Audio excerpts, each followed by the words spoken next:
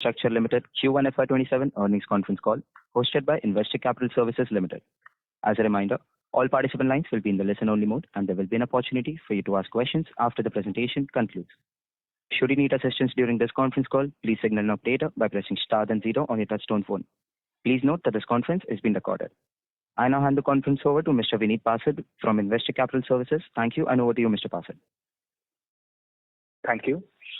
Good evening, everyone. A warm welcome on behalf of Investec India to Q1 FY27 earnings call of JSW Infrastructure Limited. We have with us the senior management team from the company, represented by Mr. Rinkesh Roy, Joint MD and CEO, Mr. Lalit Singhvi, Strategic Advisor and Board Member, Mr. Nagarajan J, CFO, Mr. Vishesh Panchnanda, Head Investor Relations. Now I'll hand over the call to senior management for their opening remarks, post which we'll open the floor for Q&A. Thank you. Over to you, sir. Thank you, Vineet. Good evening, everyone, and thank you for joining us for our earnings call to discuss the performance for the quarter ended June 30th. The global economy continues to operate in an environment of mixed signals. Geopolitical tensions, trade-related uncertainties, and supply chain realignments continue to create volatility across markets. Against this backdrop, India continues to stand out as one of the fastest growing major economies globally, supported by strong domestic demand, sustained government investments in infrastructure, and a resilient manufacturing sector. We remain optimistic about India's long-term growth trajectory and believe the country's infrastructure and logistics requirements will continue to expand meaningfully over the coming decades. Turning to our performance, JSW Infrastructure delivered another quarter of healthy growth despite a dynamic and challenging operating environment. During the quarter, we handled 31 million tons of cargo, representing a YOY growth of 6%. Growth was driven by higher volumes across key commodities, supported by increased group cargo and continued momentum across our ports and terminals. Notably, this growth was delivered despite a negligible contribution from our Fujairah operations due to the challenging operating environment in the Middle East.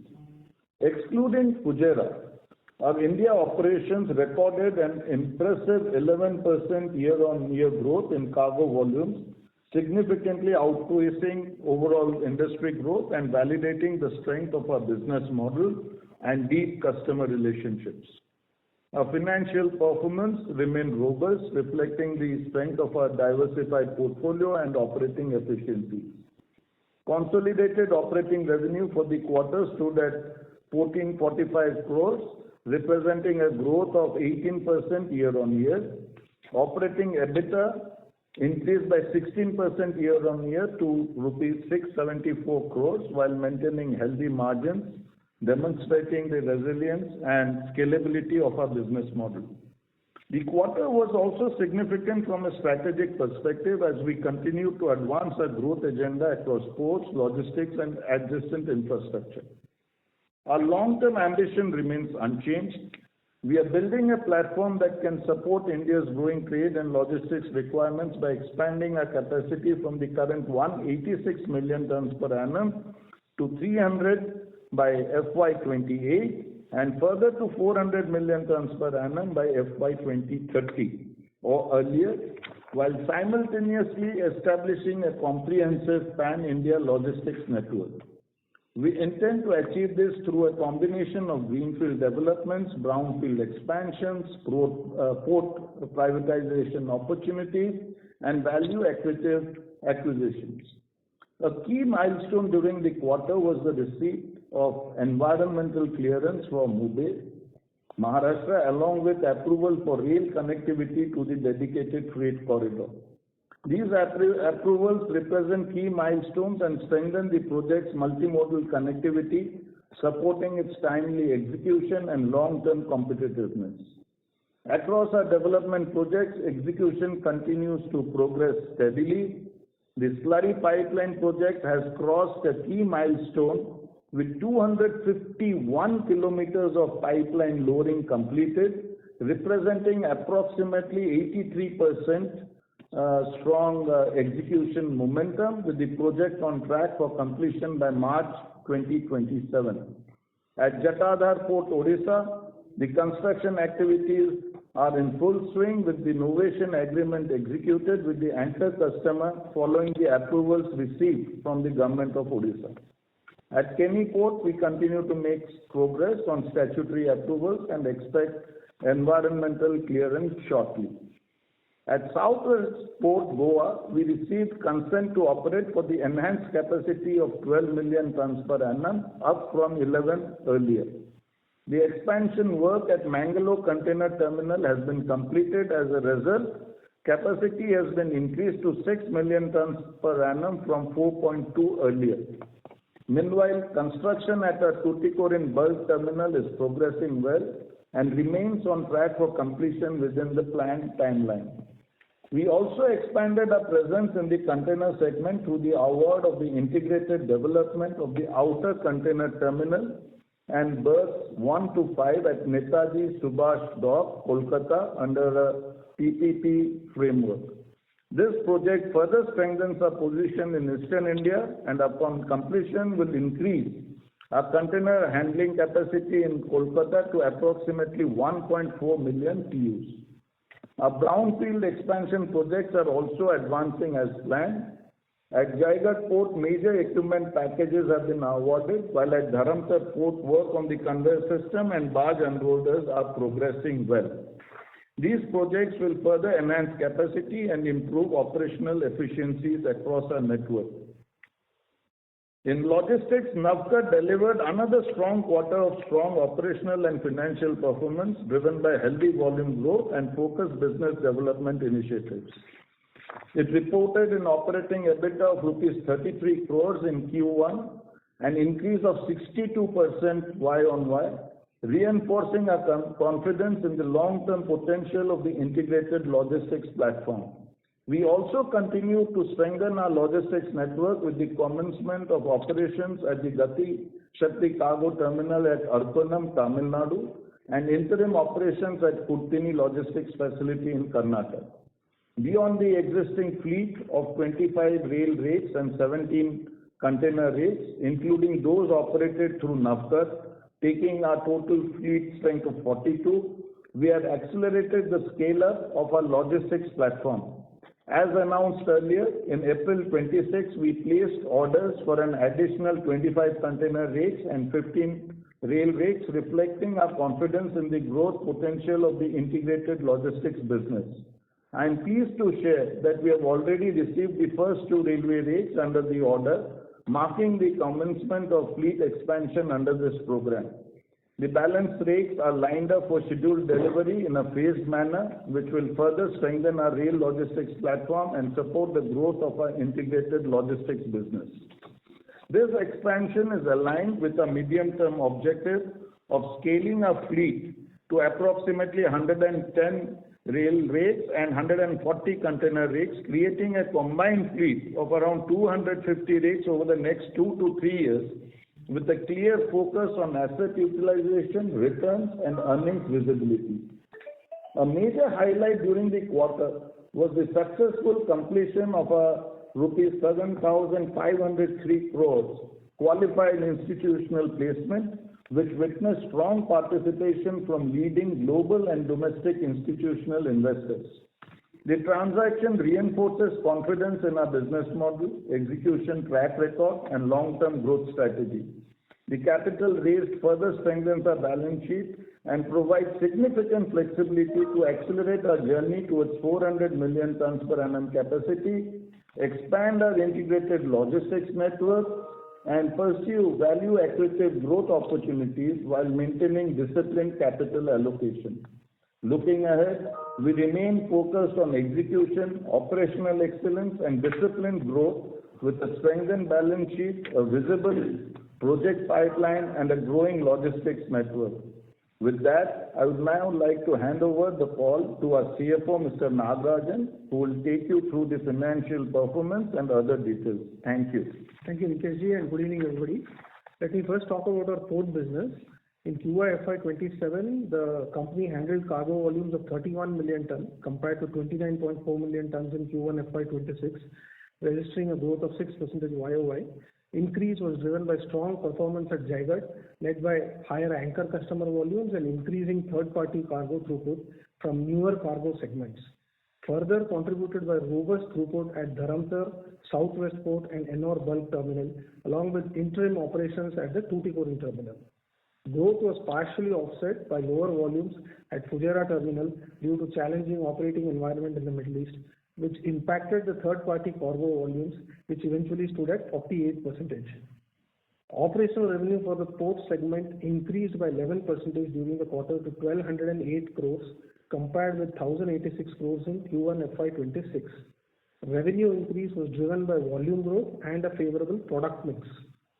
Operational EBITDA for port segment stood at 601 crores, up from 561 crores, a jump by 7%. EBITDA growth was largely driven by increased revenue, and the EBITDA margin was close to 49.8% vis-a-vis 51.8% a year ago. The dip in port EBITDA margin is mainly attributable to the lower contribution of volumes from Fujairah Port. Navkar delivered strong operational and financial results in Q1 FY27. Total domestic cargo volume stood at 385,000 tons, up 40% compared to the same period last year, while EXIM cargo volumes reached 83,000 TEUs, representing a 2% growth. Revenue from operations for Navkar rose to 191 crores, up 38% YOY, while operating EBITDA climbed to 33 crores, representing 62% growth compared to the same period last year, showing substantial improvement, while net profit increased to 12 crores, a significant increase from 2 crores in the previous year. Overall, logistic business, including Navkar and the rakes business, has generated a revenue from operation of 237 crores compared to 138 crores in the same quarter previous year. Operational EBITDA for logistics segment stood at 73 crores, up from 20 crores, an increase of 3.6x. EBITDA margin rose to 30.6% for the logistic business from 14.5% earlier. Total consolidated operational revenue for the company stood at 1,445 crores and the operating EBITDA stood at 674 crores, reflecting a YOY growth of 18 and 16% respectively. Consolidated depreciation was 166 crores and finance cost was 95 crores in the current quarter as compared to 143 and 91 crores respectively in quarter ended June 25. PBT was 463 crore versus 473 crore, mainly reflecting a lower other income given the continued capex spend for the growth projects. PAT was 358 crore versus 390 crore, driven by lower PBT and higher ETR. For F27 and F28, company plans to invest approximately 16,500 crore, with a significant portion around 13,000 crore allocated to the port segment and 3,500 crore earmarked for logistics space. The company has incurred a cumulative capex outlay of approximately 6,900 crores up to June 26, including 671 crores spent during quarter towards ongoing and existing growth projects. In addition, the company has already committed further 5,500 crores of capex by placing orders for machinery, long lead items and other civil work towards the ongoing projects across ports and logistics segment. During the quarter, we successfully completed a landmark 7,503 crore QIP, attracting strong participation from marquee global and domestic institutional investors. Given the QIP receipts of 6,555 crores into the company, as of June 26, we have a net cash position of 2,769 crore. This, coupled with steadily increasing annual cash flows from current asset base, we are well positioned to pursue a growth plan to enhance our present cargo handling capacity to 400 million tons and in parallel grow our logistics business. I'm also pleased to share that Moody's has assigned JSW Infrastructure an investment grade rating of Baa3 from the existing Ba1 with a stable outlook, reflecting our strong financial fundamentals, disciplined capital management and resilient business model. With this, I would request the operator to open the lines for Q&A. Thank you. Thank you very much. We will now begin the question and answer session. Anyone who wishes to ask a question may press star and 1 on the touchtone telephone. If you wish to remove yourself from the question queue, you may press star and 2. Participants are requested to use handsets while asking a question. Ladies and gentlemen, we'll wait for a moment while the question queue assembles.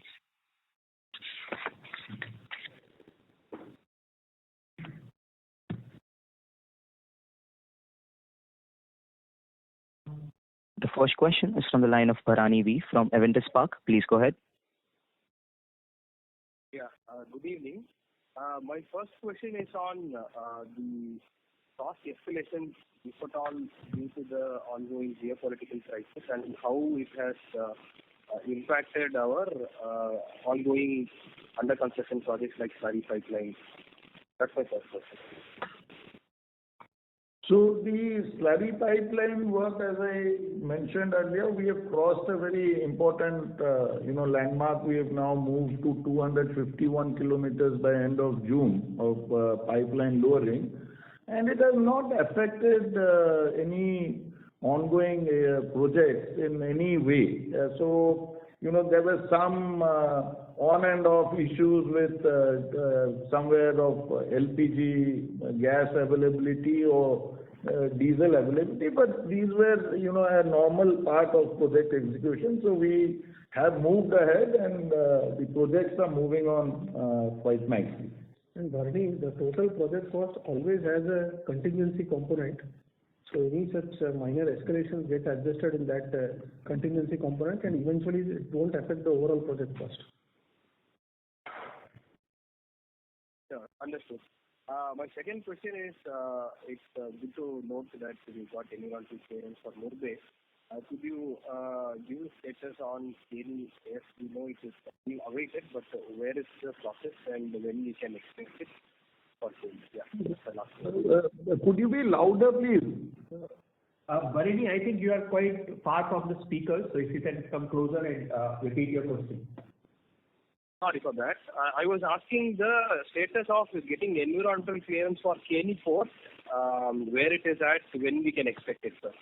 So KD Port clearance is currently, we have applied at the Karnataka Coastal Zone Management Authority. So they are now examining the matter and they will be forwarding the case to MOEFCC. So once it moves to MOEFCC, then further approvals will be accorded. So they should take another, 3 to 4 months time to get the environment clearance in place. Understood. Thank you so much and all the best, sir. Thank you. Participants who wish to ask questions may press star and one at this time. The next question is from the line of Priyankar Biswas from JM Financial. Please go ahead. Thanks, sir, for the opportunity and congratulations, sir, on the QIP that successful QIP recently. So my first question is, I understand that your Middle East volumes were impacted by the... Hello. Sorry to interrupt. We have the current participant disconnected. The next question is from the line of Shubham Barode from ICICI Securities. Please go ahead. Hello. Congratulations on a good set of numbers. And volume growth has been there in this quarter. So how do we see the volume growth for this year, F27? So we have taken into account loss of cargo handling at Fujairah. We are taking that into account. We should, deliver you a number of around 127 million tons this year. Okay, thank you. Thank you. The next question is from the line of Priyankar Biswas from JM Financial. Please go ahead. Am I audible now? Yes. Yes. So, sir, my first question is, if Fujairah operations were normal and not impacted by the Iran-US incidents, so what sort of additional EBITDA you could have possibly delivered in this quarter? So the port side, 601 crores, which we have delivered now, that would have become round about 670 to 675 crores. So 60-70 crores additional, you were saying, EBITDA. FX has also gone up. That's a dollar earning. So keeping that in mind, around 65 to 70 crores of incremental EBITDA we would have got. Because the expense of 8 crores of Fujairah is already baked in this 608, which is a drag. So incrementally, we would have got that 70 crores, taking it to say 675 crores of operating EBITDA for the ports business. Okay, sir. So in which case, if we see on an underlying basis, and generally in the fourth quarter you have the take or pay also.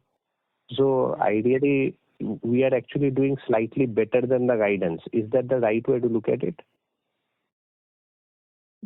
Yeah, you can say that. And if you look at it, even the India performance, as we try to tell you, the Indian port volumes, they showed a growth of around 11% in this period. Hmm. Yeah, but Sir, what? stick to our guidance of 3,000 crores, Priyankar, in terms of the EBITDA. Okay. There are one more question since Kolkata is a new development. You have already provided like 740 crores would be required as the capex. So if I may ask, like at a steady state, what sort of revenue and EBITDA would be possible from this port? Let's say from FY30 onwards, like assuming the asset comes up in late FY28. It should be around 70 to 90 crores. It will be in that range. So this is the EBITDA. EBITDA, I'm talking about. 70 to 90 crores EBITDA you can make. So let me put it to you this way, that currently the existing facilities have a 90% capacity utilization. So by 2030, when we expect full completion of all projects in Kolkata area, so we expect at least 75 to 80% capacity utilization in that place.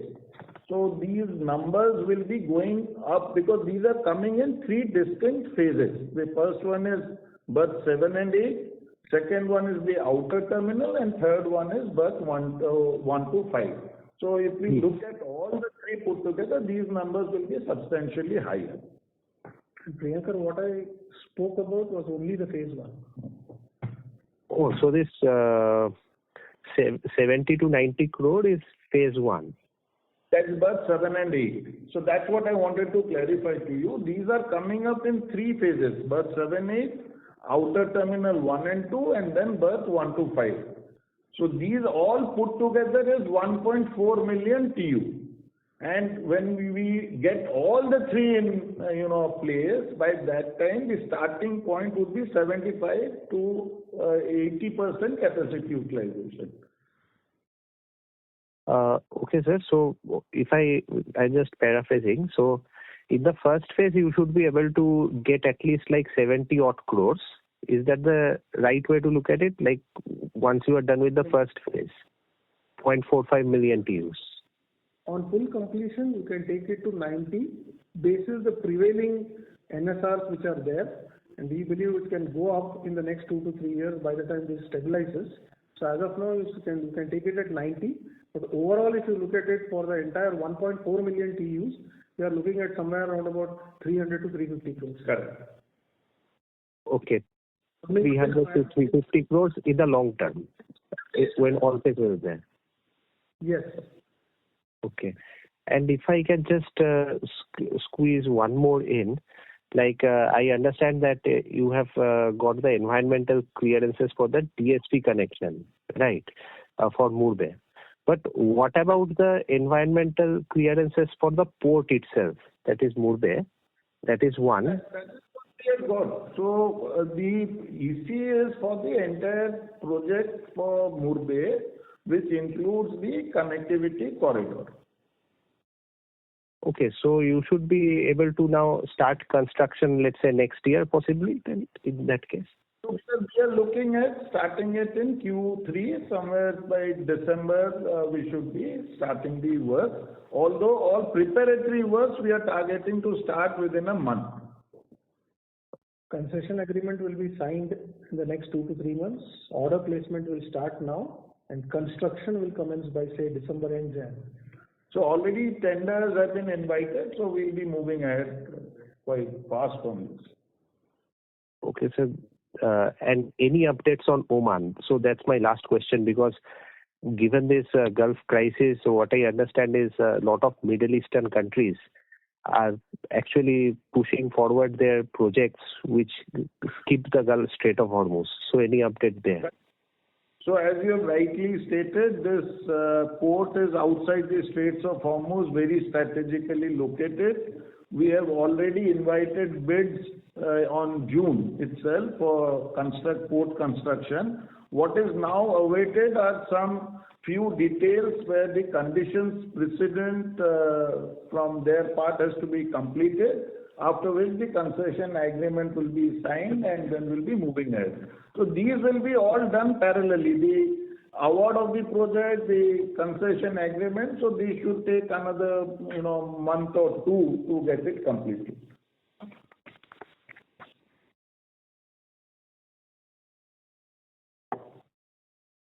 Hello. Thank you. The next question is from the line of Aditya Mongia from Kotak Institutional Equities. Go ahead. Hi. Good evening, everyone. I hope I'm audible to you.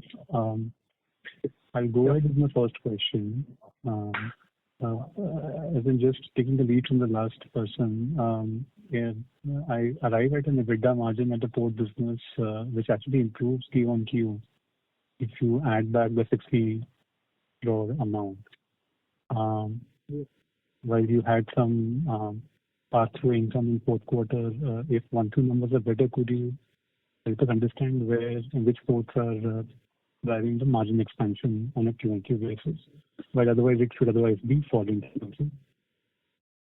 Yeah, it is primarily Jaigarh, which has driven the revenue as well as EBITDA in this quarter, and I think that's the only port. And third-party volumes also have gone up, primarily cargo mix, especially in Jaigarh, because we have handled alumina as well as project cargo in Q1. That has resulted in some incremental EBITDA in this quarter. Sure. So just to clarify, these are obviously recurring volumes that have started coming in. So whatever margin improvement is happening should sustain, right? No, these are in this quarter, especially the ones on alumina and project cargo were there in this quarter. But I don't think this may be recurring in nature. Okay, understood. So the second question that I have also on some deferrals that have happened, especially Keni. I think by 1 year, the project has been deferred now. So just wanted to get a sense of what are the key imponderables from here on, which may lead to any further delays, or is everything in control over there versus the FY30 guidance that we had today? And I'm asking because I understand that it's a difficult project to get up and running. That's right. Yeah. So actually, if you look at it, you're absolutely right. We, got the concession earlier in Keni, but if you look at the EC, we have got it earlier in Murbe rather than Keni. This has been actually something which was beyond our control, because the KCZMA was not constituted for close to 6 to 7 months in between. There were some issues, so that statutory body was not there. So apart from us, others were also affected in that process. So that has actually delayed that entire process. Yeah. So as a related question over there is that there should one anticipate beyond easing any execution challenges to also kind of spring up given the topography of the area? I'm just trying to get a check that the FY30 is fine enough as a timeline. No, we don't foresee much of any problem, because again, these models that the port models that we have come up with are basically reclamation models in the sea. So the land acquisition parts are very minimal. So we don't foresee much of a challenge. Whatever is a local project challenge that we'll be facing. Understood. Again, just a small clarification, if you could suggest the other income decline is quite stark Q1Q. Should we just assume that this is linked to CAPEX, or maybe some one-offs and things correct from here on? No, last quarter, if you look at Q1 of FY26, the treasury balance was on the higher side. Of course, CAPEX spend has been on, equity contribution is on for all the projects which are ongoing. That is where the treasury balance has come down. But as of 30th of June, as you are aware, the QIP proceeds have come in. So the treasury income will shoot up at least for the rest of the year. Understood. Those are my questions. Thank you for your response. Thank you. The next question is from the line of Alok Deora from Motilal Oswal. Please go ahead. Yeah, I just had a couple of questions. So one is on the Middle East disturbance now. When do we, I know it's a difficult thing to answer maybe, but when we are giving the guidance, what are we expecting in terms of when the volumes normalize, or have we not taken any much contribution from that? And also on the insurance side, if there is, what would be the process there and how much recovery we are expecting from that side? So that is question one. Question two is on the link to the previous question, where you mentioned that the port margins have improved, but there is certain component of one-off. So we expecting those things to completely kind of come back to the 4Q levels in the second and third quarter onwards. Yeah, just clarity on these. So I'll just answer your questions on Fujairah. Number one, by July end, that's another 10, 11 days, we expect to get 8 tanks in Fujairah operational. So they'll be ready for operation. And then, it depends on the climate at that point of time, whether prices are low, whether ships are going to come in. So that would be a separate issue, but we'll be ready for operations with 8 tanks from July, by July end or first week of August. So that's one part of it. And we expected a hit, and we have taken that into account when I told you that we are going to minus losses at Fujairah. We should be touching 127 million tons per annum. And on insurance, we have already put forward claims, and it has been told by our advisor that it's going on well, and we should expect a resolution by end of October. So that's the current state of affairs on the insurance side. And talking about the EBITDA margins, Alok, in other expenses, there is around 8 to 9 crores of expenses which are one-time in nature, which have been incurred in this quarter. There was shifting of crane in Jaigarh port from one bay area to another bay area. So that is one incremental cost which we have incurred. It can't be capitalized. So that is one item. And if you look at the volumes, primarily vis-a-vis last quarter, there has been growth in SWPL as well as in Dharamtar. So these are also a bit of a higher EBITDA margin ports, wherein the volumes have gone up. SWPL, as you are aware, the capacity has gone up. That's where the numbers are up. And Dharamtar, obviously, because of enhanced volumes coming from the anchor customer, there has been a jump in the overall volume. So these will be more or less kind of normal in nature going forward. Got it. Just one last question. You also mentioned about going ahead with the Oman port expansion there. So are we going ahead with that, or is there still a more like at the MOU stage, which still a chance to change it or having some alternate there because if things don't go as per the plan in terms of geopolitical situation? Yeah, that would be my last question. So as we have been repeating this part of it, that the area outside Hormuz has acquired a lot of strategic importance, be it in UAE or in Oman. So every government is now stepping up massive investments on emergency basis to develop this coastline outside the Straits of Hormuz. So we will be going ahead with this project because these wars, it's in our perception and everyone's perception. These are not going to be continuing indefinitely.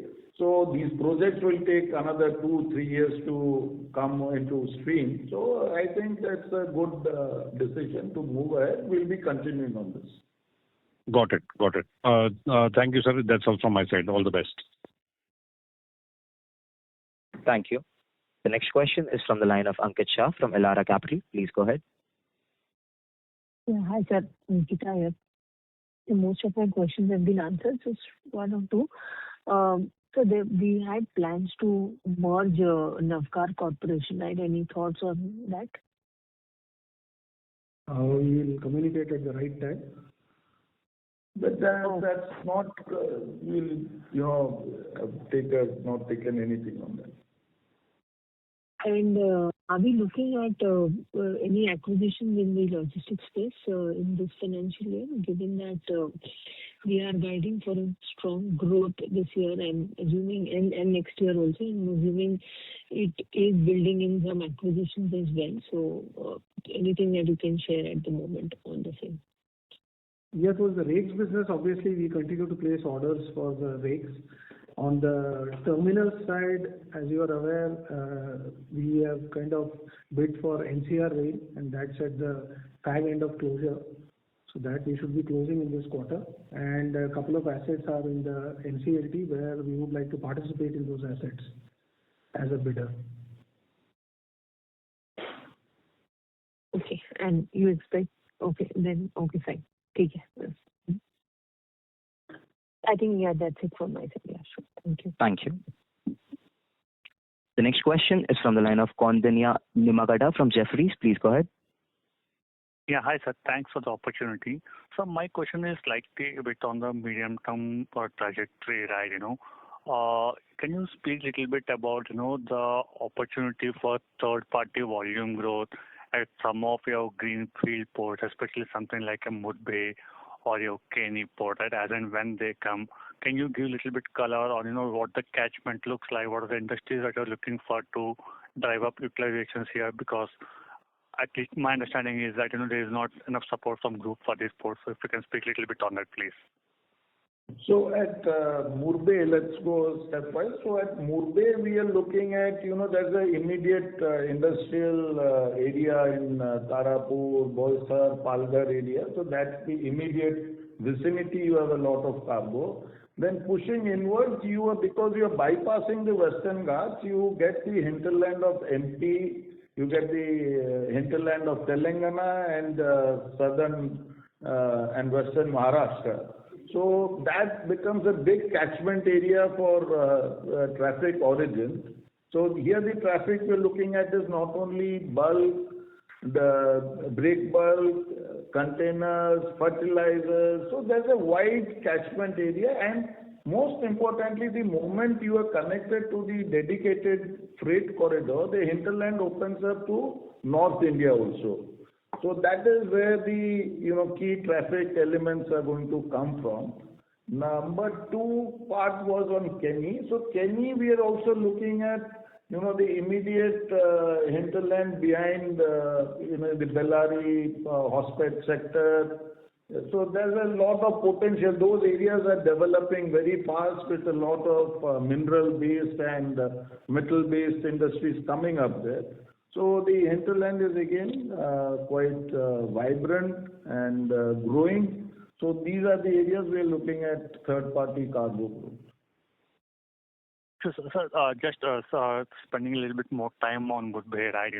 You also need to compete with something like, let's say, JNPT or let's say Hazira port of Adani ports, etc., right? And given it's a greenfield port where you're just starting, what are your strategies? If you can maybe speak a little bit about, how do you intend to attract cargo from these customers? So it's a question of how, quickly number one, I would say, is how quickly we execute this project. That is number one. And since we have got the regulatory approvals with minimal land acquisitions involved, I think that part of the story we should be able to deliver quickly. Most importantly, if you would have seen, why we strategized to move into logistics was to have this integrated play, what you're looking at. So we would be one of those few port operators who has a big logistics play right up to the hinterland. We will be able to deliver door-to-door services. So that is where our USP comes in. Sure, sir. Understood. Got it.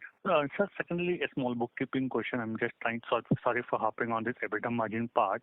So even if I add that 8-9 CR right back to the ports one-off thing, even then the margins actually look lower, especially given there's a significant contribution for something like a Jaigarh port in this specific quarter. Am I missing something or am I reading it incorrectly? If you can help me understand it, please. No, one is that add back, as I said, and second is obviously Fujairah is not there in play.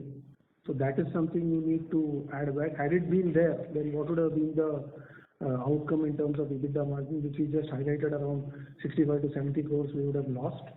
So those are the things you need to kind of add or subtract. Sure, sir. And sir, just to confirm, did I hear correctly that your revised volume guidance is 127 for the year? Yeah. Yeah. Sure. Got it. Thank you very much and all the best.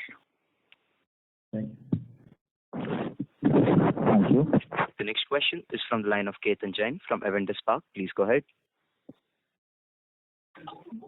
Thank you. Congratulations. So my question is on the rakes part. Have we added any rakes in this quarter? So this quarter we did not add. The first 2 rakes have been delivered in this week only. So that's, I thought, as I told you, we wanted to share that good news. So the orders that we placed in April, they have started, fructifying here in July. Okay. Okay. And how many rakes are we expected to add this fiscal year? So this year, our entire orders of 40 rakes are supposed to come on stream by Jan or Feb latest. So at least we should be having, a rake fleet of 80 rakes plus by end of Jan or Feb. We should be having that. From that fleet of Understood. Understood. Just bookkeeping question. I see in our presentation that we've mentioned rail rakes contributed 43 crores in revenue and 40 crores in EBITDA. Can you help us understand this high EBITDA margin in this? Yeah, because only the premium and the rebate is what we have accounted in our revenue. There is one more option wherein we can take the premium, rebate, and also the freight charges. At that point of time, the EBITDA margin will be around 25%. In this case, since the haulage charges or the logistic freight has been netted off, so that is where the EBITDA margins are looking a bit elevated. So we will be following this policy from going forward? It depends, like which kind of rakes we will be getting. So if it is LSFTO rakes, the treatment will be different. If it is for GPWS rakes, it will be different. And for container rakes, again, it will be a bunched service. Because for container rakes, typically you give a bunch service wherein the logistics cost plus the handling are all packaged together. Understood. Okay, sir. Thank you. Those were my questions. Thank you. The next question is from the line of Aditya Bhartia from Investec. Please go ahead. Hi, good evening, sir. So we have the target of reaching 250 rakes by 2030. Just wanted to understand how many of those rakes are likely to be GPWA and LSFTO rakes, and how many of those could be container rakes? And just a related question. So broadly, 150 would be container rakes, 110 odd would be LSFTO and other GPWIS rakes. So only thing is, as of now, we have 19 rakes GPWS in our portfolio, and there is a moratorium on that. So in case the moratorium gets lifted, then this 250 may also be revised upward. But as of now, what we have targeted is a mix of container rakes and LSFTO rakes, plus the 19 GPWS rakes which we already have. That is where we are reporting it at 250. But in case the opportunity opens up from the GPW space, we may revise this 250 a little bit upward. Understood, sir. Understood. And what proportion of these rakes utilization is likely to be linked to the group? And how much is it likely to be for third party? So rake, it would be around 45, 55. It will be in that ratio on the rake front, because a larger proportion would be container rakes, 150 versus 110. 110 would be more or less group. 150, some part of it will be on the group cargo. So currently, if you look at Navkar and all the other operations that we do, it's around 75-25. 75 third party, 25 group. Perfect. That's helpful, sir. And just one more question on Murbe. In Murbe, what proportion of traffic is likely to be container? And within that, on the bulk cargo, how much of that is likely to be linked to the group? Or should we assume it largely to be third party support?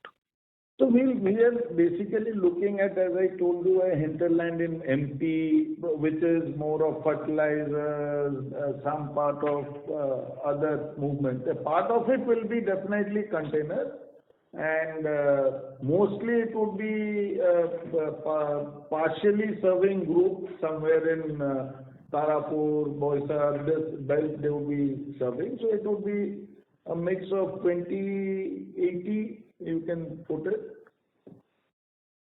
20 for group, 80 third party. Sure, sir. Understood. Thank you so much. Thank you. The next question is from the line of Shubham Barode from ICICI Securities. Please go ahead. Hello. Thanks for taking my question. My question is, for this quarter, majority of growth in volumes has come from dumpster and Jaigarh. So how do we see that growth in next 3 quarters? As we said, we will be keeping that headline number of 127 in mind, and basis that the cargo volumes will play out.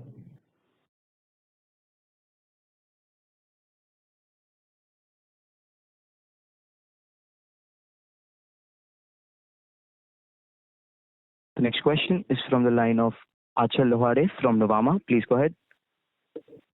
Yeah, good evening, sir. Thank you for the opportunity. Just 2 questions actually. First, if I understand you rightly, 127 million ton doesn't include Fujairah. What about 3,000 crores of EBITDA? How much loss or profit are we counting for Fujairah in this EBITDA, sir? So around 40% of the numbers we have baked in for Fujairah. As Rinkesh was mentioning, that we'll be ready to operate 8 tanks by August and say another 3 tanks by say September or October.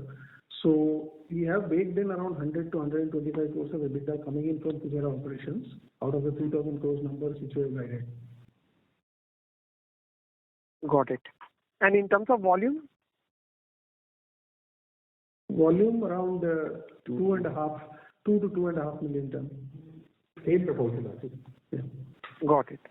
The second question I had, you mentioned about the third-party cargo which got handled at Jaigarh.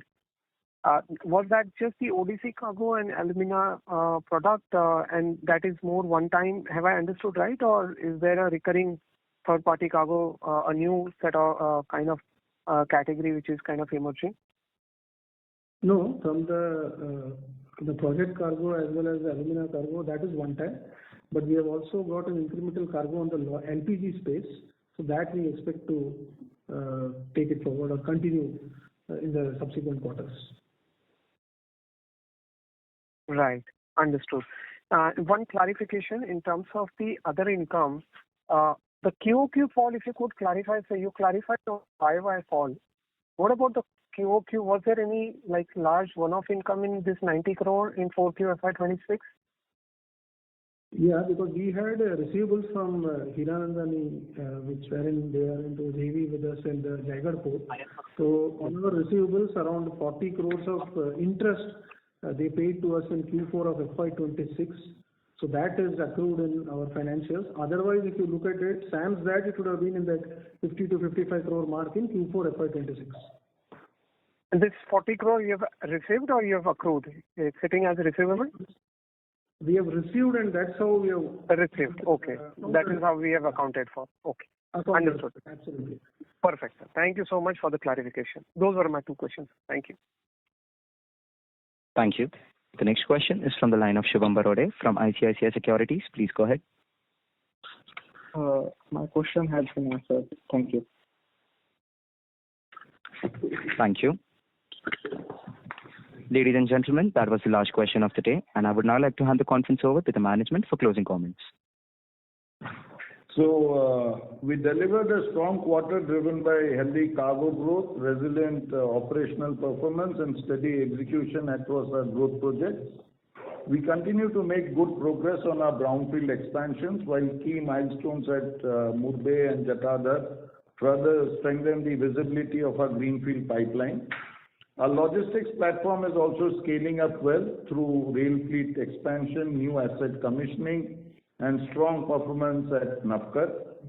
Given the strong operating momentum and execution progress across ports and logistics, we reaffirm our operating EBITDA guidance of approximately 3,000 crores for FY27 and 5,000 crores for FY28. Thank you all.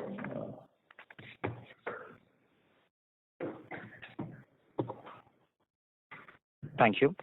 On behalf of Investec Capital Services, that concludes this conference. Thank you for joining us, and you may now disconnect your lines.